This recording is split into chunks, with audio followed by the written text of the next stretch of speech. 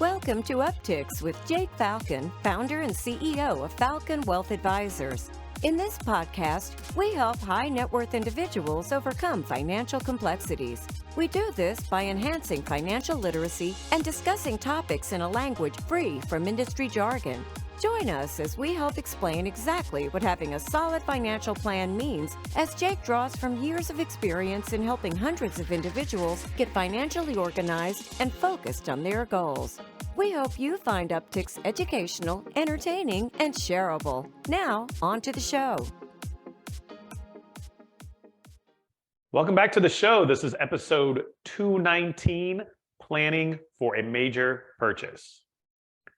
Cory, thank you for joining me back on the show. Of course. Thank you for having me. And for our listeners and viewers out there, if you don't already know, Cory has decided to be my resident guest on Upticks. So get used to hearing him more often. We realized, I don't know where, Cory, we got sideways on this, but we realized that your show, In the Money Insight, while good, was basically the same show as mine. Yeah, a lot of the same guests, a lot of the same subject matter. Yes. Right. You're a different person, obviously, but I mean, we specialize in our niche is basically the same thing. So we thought it'd be better if we combined forces and we co-hosted, or, you were a resident guest. And we're still going to bring on outside guests to our show, but we just thought it'd be more efficient and effective if you and I, and probably more impactful, frankly, because sometimes I'll bring up something in my show that maybe you didn't think of, and you would have brought up something in your show that I didn't think of. So we just think our clients, our listeners, our viewers will get more benefit from having both of us on the same show. So you get two for the price of one. How about that? How about that? We all like a good discount. And thank you for hosting last week. We had Doug Frost on, or you had Doug Frost on, which is he's a famous local sommelier, and I think you guys did a great job, and I really appreciate Doug joining us. If you haven't checked out that episode and you like wine, I would encourage you to do so, because Doug is probably one of the smartest people in the country, or not world, when it comes to wine. So that's pretty cool. Pretty lucky we have him in Kansas City. Cory, my viewers haven't dropped off, so I don't think you ruined the show. So thank you. Thank you for manning it. So I was in Dallas. I was doing I signed up for this Stagen Integral Leadership Program, which is a year-long program I've been doing to be a better leader for our company, Falcon Wealth Advisors. And it's also translating into being a better advisor to our clients. So I've been really excited about that. It's a lot about active listening, being intentional about my day. It's been awesome. So it's been a lot of fun. So thank you for holding down the fort. It's been a huge time commitment. But the idea is that it's all geared towards self-improvement and becoming a better leader, becoming a better husband, becoming a better advisor. So real excited about that. Cory, you got anything new before we dive into today's topic? Anything new? We are going to be replacing a hot water heater. That is the newest thing at the Bittner house. That's a tough one, because you're going to spend all this money and you're not going to really get anything out of it except for hot water. It's tough. Yeah, I'll tell you though, once you lose the hot water, you realize how much you enjoy having it. So you've been taking cold showers, I guess? Yep. I do that every day. Do you know that? I did. Yeah. How cold do you take them? What's that? How cold? Oh, as cold as I can make it. Okay. But I start with a warm or hot shower, and then I end it with a cold. So the whole shower is not cold. That'd be tough to have the whole shower cold. Jumping into the cold shower is a different story. But I know good for you. Right. Supposedly it's really good for you. So maybe you don't need the hot water heater. I think I like the warm water to start. How about Cassie? How's she holding up with the cold? She's doing just fine. She's been a trooper, hanging in there. It's only been about a day and a half. And I think as of this recording, I think we might actually be able to get someone out here to replace it later today. Oh, nice. Okay, so good. And it's a first world problem, but again, hot water, that's a pretty nice luxury to have. And thank you again all for tuning in. If you haven't already subscribed and liked our show, please do so. That's the number one way to make sure you don't miss an episode. We do kick these out every week. And again, if you want to share it with a coworker, a family member, a friend, they could benefit from our services. That's the number one way that we grow and get our message out there. So thank you for everyone that is following along and subscribed. You can subscribe on YouTube. You can subscribe on your favorite podcast platform. typically through Apple or Spotify. But again, thank you for all the feedback. And if you have anything for us or any show topics you want us to talk about, feel free to send me an email at jake@falconwealthadvisors.com, and we'll certainly work to get your topic filtered into the show. But for today's topic, Cory, I wanted to talk about planning for a major purchase, because with most all of our clients, their core financial goal is retirement, right? It's saying, hey, Jake, I'm 40, 50 years old. I want to retire at 55 or 60, or maybe I'm already retired and I want to make sure that my cash flow is sufficient so that I don't run out of money. But I also want to buy a second home, or I want to buy a boat, or I want to buy an RV, right? Or I want to go to Italy or Greece. Cory, I know you just got back from Greece. So I wanted to go through kind of a checklist of things that we do when we're helping clients plan for this major purchase. And Cory, how about we go off number one here is, what do you say to a client when they say, Cory, I want to buy XYZ or go ABC. Can I afford it? How do you answer that question? I answer that by saying, let's take a look at your financial plan and let's build that into it to understand the impact of a major purchase. Yeah. So, that might be obvious for some people, but actually a lot of people it's not. And so part of our onboarding process, our Falcon Wealth Advisors process, is when we establish a new relationship with a client, is we build out a financial plan. And sometimes they're very intricate and complex, and sometimes they're very simple. But like you mentioned, it's great because what we do is to say, okay, Jake, I want to buy an RV for $100,000. Can I afford it? Our first step will be to reach out to Matthew, Jake, Joe, or Tyler, and we plug in this $100,000 purchase to your financial plan, and we have a meeting. We have this meeting either in person in our office or typically via Zoom to show you the impact of making this major purchase. So first off, we just want to see, can you afford to do it? But you know what, Cory? Another layer that I like to go into before we go into the next step is I always love to hear why. And it's not a why to judge the client. I want to understand what their goal as far as life satisfaction or bucket list, or I love hearing about that. And one of my new questions I've been asking clients is I like to hear what's their favorite thing to spend money on. And so maybe it is travel, and maybe they want to travel in more places in America. So they want to get an RV so that they can do it more on their terms versus booking hotels and flights and blah, blah, blah. But I love to hear the why, right? And also that also might curb if this is becoming a little bit of an impulse purchase. Maybe we can talk through that a little bit. Now, it's not always the case, but sometimes it is.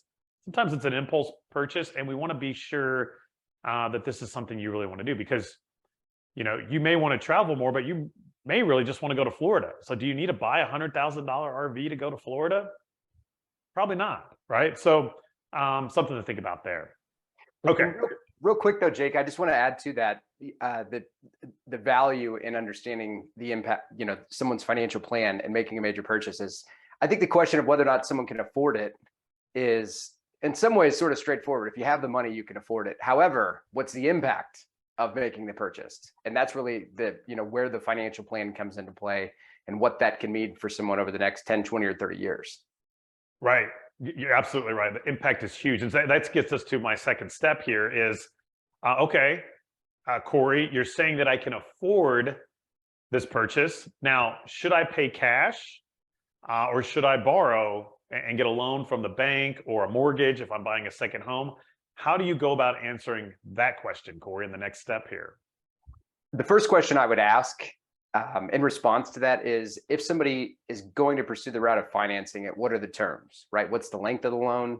What's the interest rate? What are the monthly payments?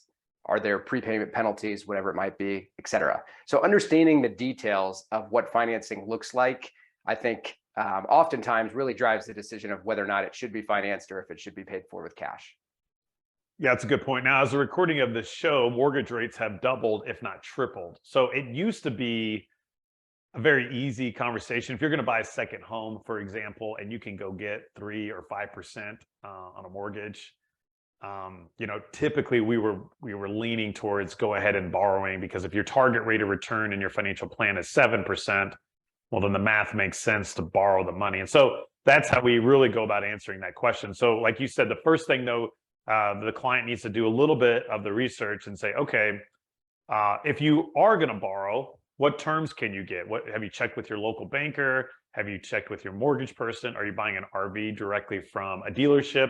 What are their terms and conditions? So we need that data so that we can plug that into the plan. And as a general rule, if your interest rate is lower than your target rate of return or your average return of your investments, then generally speaking, it makes sense to borrow, right? So if you can borrow at 5 and we can make you 7. Now, again, most clients aren't making 7% this year. I'm talking about a 10, 20, 30-year average.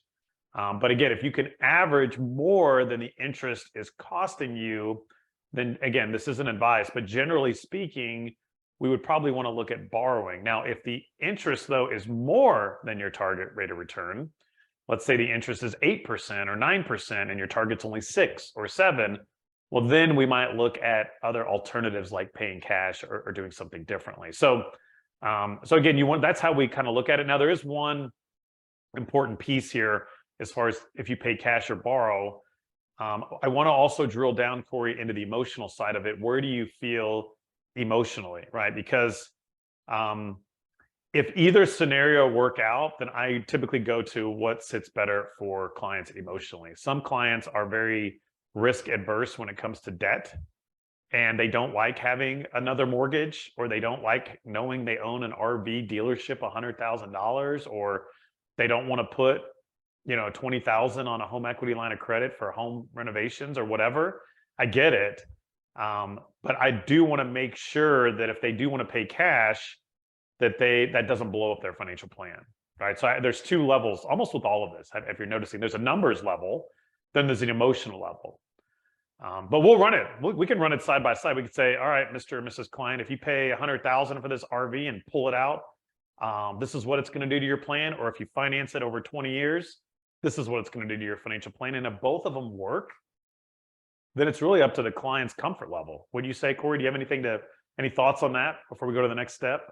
No, I think it does come down to the comfort level, but I wanted to ask you a question about this, Jake. I mean, in the conversations you have with clients, we'll just role play here, right? If I'm the client, I want to buy an RV for $100,000 to kind of stick with the example that we've used here. Assuming the terms of financing versus paying cash both work in the financial plan, the interest rates are very comparable. My question for you is, would you advise someone anything differently, just given market conditions, given what's occurred this year? Would you be more inclined to say maybe it doesn't make sense to take a distribution from something that's invested, given where the market's at right now?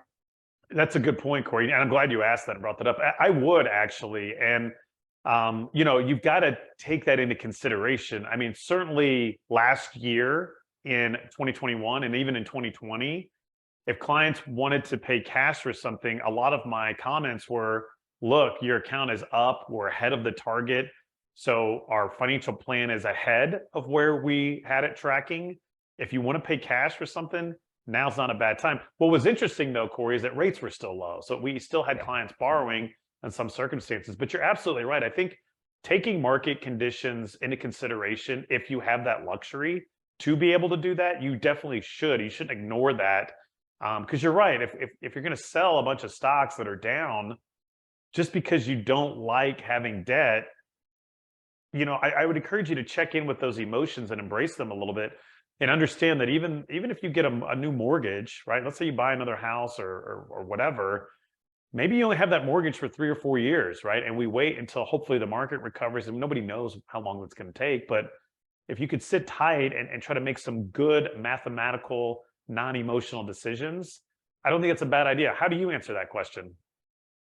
Very comparable to the way that you just did. Yeah.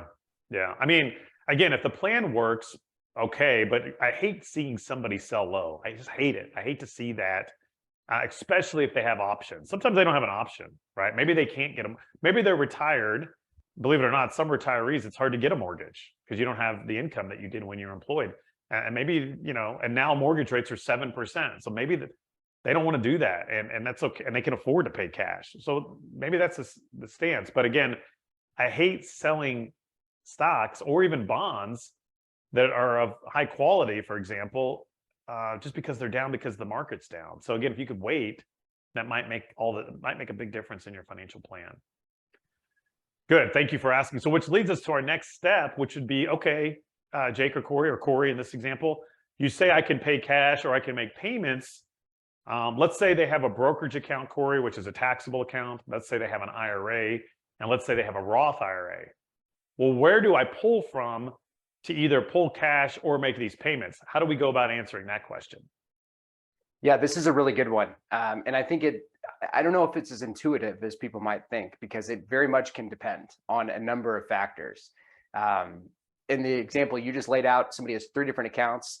How is the money invested in each of those accounts is really important. What is being earned? Like, I think about this, for example, this is maybe a little bit outside of what you just described, but if somebody has just truly cash in a checking, savings, money market account that's not earning much, versus stocks in a Roth IRA that are growing tax-free, versus an IRA where distributions are going to be treated as taxable income, versus a brokerage account where you may need to sell investments to pull cash out. I just don't think that the answer is inherently the same across the board. It's going to vary depending upon someone's circumstances. We oftentimes, I will find if clients have a need for additional cash flow or for a major purchase, if somebody's in their mid to late 60s, for example, and we know that required minimum distributions are on the horizon for them, sometimes it can make sense to take the money out of an IRA, go ahead and pay the income tax if it doesn't knock you into a higher tax bracket, because you're just pulling forward the distributions you're going to have to take eventually anyway. Right. And so that's exactly what I was going to, or close, is that basically to determine which account we pull from, it's going to require tax planning on our part. And so what's beautiful about that is that we have purchased third-party software that allows us to run some projections for our clients, and we can take a look at your previous year's tax return. So in this example, it'll be your 2021 return, and then plug in, okay, if we pull from the IRA, what's it going to do? If we pull from the Roth, what's that look like? Or if we pull from a taxable account, what does that do to our projected tax implications? Because you're right, literally, if you have 3 different types of accounts, it might make sense to pull from an IRA and it might not, right? And so we want to do some forward tax planning to determine where we pull from. And then also, Corey, you made a really good point of how the money's invested, right? So if you have all your money in stocks in a Roth IRA and it's down, probably not going to recommend we pull from that, because that account is growing tax-free. Let's let that account recover. But if the Roth was way up, maybe we do pull from that. So again, it depends on investment mix, market conditions, and then I think very importantly is the tax situation and the tax planning. And so we can help clients, though, determine where they pull from to either make these monthly payments or where to pull from for this lump sum. And even a lump sum may come from all 3 accounts, right? If you need 100,000, maybe 33,000 comes from each based on your tax situation, which completely could be okay. So this is really when we earn our fee for our clients, is saying, hey, I love that you're going to purchase an RV. Let's first make sure you can afford it and that you're not going to blow up your retirement by doing this. Great. Let's take a look at, do you borrow? Do you pay cash? We'll run some projections there. Then we will go to the next step and say, okay, which account now should fund this purchase, right? So that's a lot of planning that goes on, and we're excited to do it. And major purchase could literally, though, be a new car, right? Cars don't typically last forever. So that could be a major purchase to someone, right? And we can run these numbers for your everyday car, or we could run these numbers for your beautiful West Palm Beach, Florida second home or third home, or we can run these for your trip to Italy, right? So we can do this on an infinite, frankly, amount of items, but that's the steps that we take our clients through. What do you want to do? How much does it cost? Tell me the emotional. Why are you doing this? Are you doing this because it's a bucket list item, or you're worried about inflation? Like, let's get behind the emotion. I just want to hear that, make sure we're aligned. And then, do you pay cash or finance? And then where do you pull from to fund it? And those are all things that not, Corey, you and I only do. Our financial planners actually play a big role in these conversations with our clients. So again, Matthew, Jake, Joe, and Tyler, that crunch the numbers. And many times they'll have the conversation with the client for us. Or certainly you and I can certainly step in and have a detailed conversation as well. And I also think, though, while we're talking about this, we started the show off, Jake, by how I explained that I'm about to buy a new hot water heater, right? You need that, but yeah. Planning for a major purchase, but there's also unplanned purchases, right? Life happens, things pop up. But for what it's worth, I do think that everything we've described here today could also apply to an unplanned purchase. Of course. Yeah, an emergency happens and you need a hot water heater. I'm sure you're going through that yourself. All right, how much is it going to cost? Obviously, it's not going to blow up your retirement, but because you're probably not going to pull from your retirement to fund it. But do you charge it on a credit card to get the points? Do you have enough money in your checking account? I doubt you would finance that, but maybe some people have to finance a hot water heater. So do they have financing available? Maybe you can get same as cash. And why wouldn't you do that? If they do a 0%, I doubt it. But if they do a 0%, maybe you look at that, right? So that's right. And that's not as big as some of the items we've been talking about, but it definitely, we're okay with planning for it. So it doesn't matter, right? That's what our clients are hired us to do. And so we want to help make sure that you're making good financial decisions. One last piece to the step that I wanted to talk about, Cory, which I think is very important, and I've been running across this a little bit with some other clients, is that if you're going to buy something, right, if it's not an experience, if we're not talking about Disneyland or Greece, if you're going to buy something, what is the projected asset value if and when you want to go sell it? Because that also is going to influence the plan. Because sadly, I've been seeing these RVs sometimes clients buy. You have to be careful with these because they depreciate rather quickly. You got to think it's a house on wheels. And if you had your house on wheels, Cory, stuff would break. It would rattle around. And I just don't think they necessarily always hold their value. And in some circumstances, they probably do. I'm certainly about the use and the upgrades and all of that. But you just want to be careful if you're buying something and it's going to depreciate.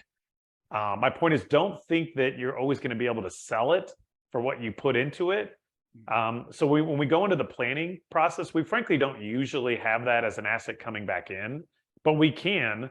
But again, you just want to be aware of that. If you're buying a rental property or a house, hopefully that does hold some value, if not hopefully appreciate. So that's something to consider as well. But cars, RVs, they don't always appreciate in value. I mean, I know car prices. Or boats. Or boats. Yeah, boat's a big one, right? Isn't that the running joke? Is the best day and the worst day is when you buy the boat, right? And so no, the two best days for a boat owner are the day that they buy the boat and the day they sell it. Right. So, but yeah, so you got to be careful. What type of asset are you buying?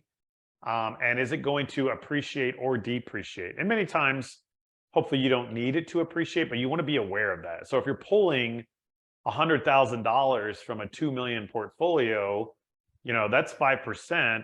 That money is just going to maybe go down in value versus if you leave it invested, it would go up. So that's also going to influence the plan. So you want to think about those things as you're going into it, right? But certainly if you can afford it, you can do it. But again, we can reverse decisions. If you buy an RV and you have it for a couple of years and you don't like it, you want to sell it, well, certainly that's okay. And we'll plug that back into the plan and see what we can do there. So don't feel like, I don't want to scare anybody, right? I want you to live your life. I want you to enjoy yourselves. But I just want you to think about it. And that's why clients hire us, is that, okay, you thought the RV or the second home was going to work out. It didn't. What's the next step? And that's that's kind of like an unplanned expense. Like life happens. I don't expect every client to plan out the next 30 years and own up to it. It doesn't work that way.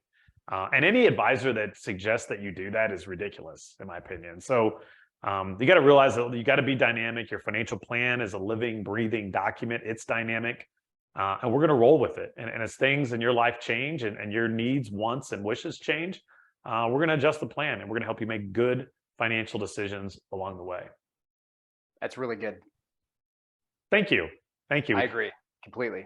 Yeah, so good. So to wrap up, to kind of summarize our steps, what do you want? Why do you want it? Right? And can you afford it? Does your plan allow for that type of purchase?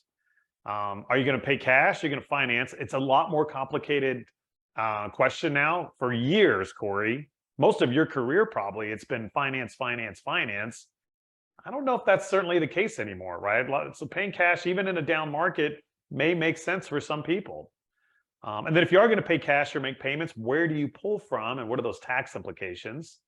And then if you do end up wanting to rid yourself of whatever you buy, is it going to be higher in value or lower? And are we aware of the implications of that moving forward? So that's good. Very Perfect. good. So good. I know we're running up on time here, Cory. Was there any parting comments on today's show that you wanted to bring up that I missed? No, I really actually don't, Jake, have anything to add to your summary that you just provided. I think it's very good. Perfect. Well, thank you again, Cory. You're a resident guest now. Thank you for joining me on the show. Thank you all for tuning in. As always, if you have any questions, you can certainly email me at jake@falconwealthadvisors.com. Cory's is simple, Cory@falconwealthadvisors.com. That's CORY. Thank you again for tuning in, and we hope you have a great week. Thank you for listening to Upticks. Click the subscribe button to be notified when new episodes become available. Also, be sure to visit our website, falconwealthadvisors.com, and click the Contact Us button if you'd like to meet with Jake and his team.